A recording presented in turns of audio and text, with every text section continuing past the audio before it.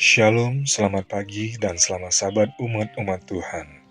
Renungan pagi pada tanggal 14 Februari 2026 berjudul Cahaya Baru di Tempat Kudus bagian pertama. Sebelumnya, mari kita berdoa. Bapa kami yang di surga, kami datang pagi ini dengan hati rindu akan kebenaran-Mu. Sucikan pikiran kami dari kesombongan rohani, dan ajarlah kami untuk rendah hati di hadapan firman-Mu. Pimpinlah setiap langkah kehidupan kami, agar pemahaman kami tidak hanya tahu saja, tetapi taat akan kebenaran-Mu.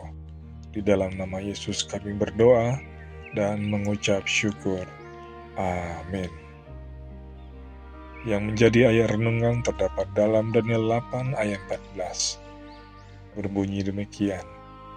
Maka ia menjawab, sampai lewat 2300 petang dan pagi, lalu tempat kudus itu akan dipulihkan dalam keadaan yang wajar. Kita tidak boleh lupa bahwa mereka akan menjadi Sabatarian Adventist adalah penganut kepercayaan pintu tertutup, yaitu mereka percaya bahwa nubuatan Daniel 8 ayat 14 telah digenapi pada Oktober 1844. Mereka tidak meragukan penanggalan nubuatan tersebut. Para penafsir historis Daniel selalu sepakat bahwa nubuatan 2300 hari akan digenapi tahun 1843 dan 1847. Kontroversi tersebut bukan tentang tanggalnya, tetapi tentang apa yang akan terjadi pada penutupan periode waktu nubuatan.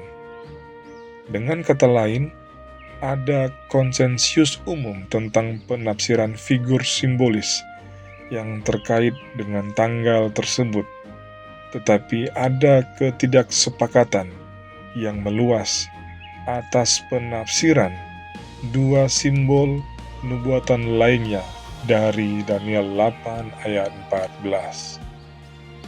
Tugas teologi yang harus diselesaikan umat Advent setelah kekecewaan bulan Oktober itu adalah mengungkap makna tempat kudus dan pemulihannya.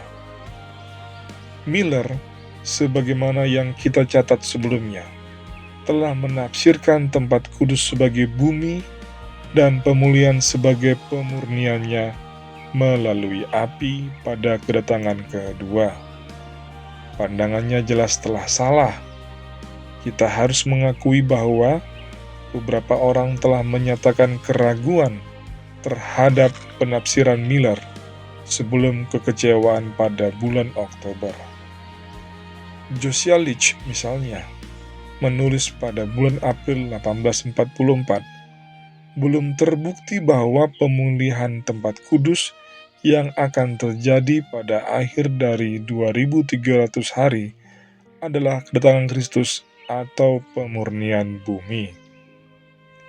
Sekali lagi, ia mencatat ketika ia bergumul dengan makna ayat tersebut, bahwa kemungkinan besar mereka salah sehubungan dengan peristiwa yang menandai penutupannya. Alur pemikiran itu muncul lagi segera setelah kekecewaan di bulan Oktober. Maka Joseph Marsh dapat mengakui hal itu di awal bulan November.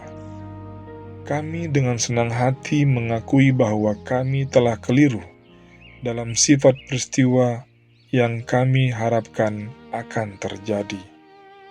Tetapi kami belum dapat mengakui bahwa imam besar kami yang agung pada hari itu tidak melaksanakan sesuatu yang seharusnya dapat kami harapkan. Kita dapat memetik pelajaran di sini. Terkadang kita lebih yakin akan suatu penafsiran tertentu terhadap kitab suci yang seharusnya memiliki makna lain. kita perlu bersikap rendah hati dan melakukan pekerjaan rumah kita saat mempelajari firman Tuhan. Tolong kami Bapa, agar pikiran kami tetap terbuka terhadap pimpinan-Mu yang menuntun saat kami mempelajari firman-Mu. Demikianlah firman Tuhan pada pagi ini. Mari kita berdoa. Bapa di surga, terima kasih atas terang firman-Mu yang terus Engkau nyatakan. Tolong kami agar tidak mengeraskan hati saat pemahaman kami diuji. Bentuklah kami menjadi umat yang setia, rendah hati, dan taat akan kebenaran-Mu. Dalam nama Yesus kami berdoa dan mengucap syukur. Amin. Kiranya tangan Tuhan yang tidak kelihatan itu menuntun segala aktivitas kita di sepanjang hari Sabat ini. Amin.